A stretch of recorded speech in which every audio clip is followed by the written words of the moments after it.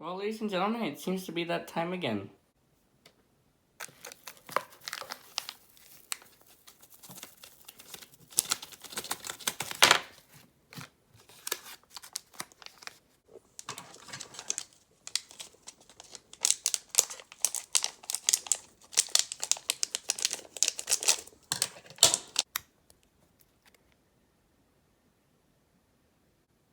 That's right, ladies and gentlemen, we're looking at the Pentium 945.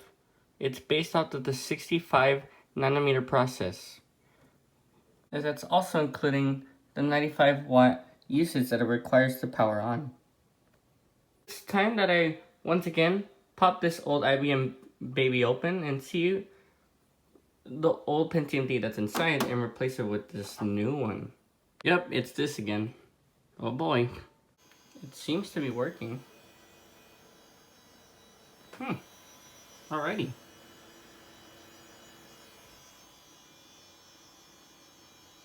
Can't wait to boot into Windows. Now to verify to you everybody that the CPU is in there, let me just, of course, go to System and show the system information there.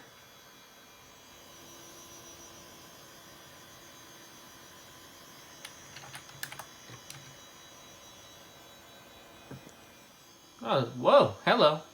Alright, looks like we're on desktop. Now, let's see here. Alright, there we go, that opens. Alright, time to check the system. It's a teeny bit sluggish, because, I mean, what do you expect with, honestly, what does anybody expect with, 14-year-old processor? Jesus. Alright, so... And boom, there you go. Those are the specs. The Pentium D 3.4 gigahertz CPU is inside. That's pretty wicked. I like seeing that. Alright, now let's run a Cinnabon score.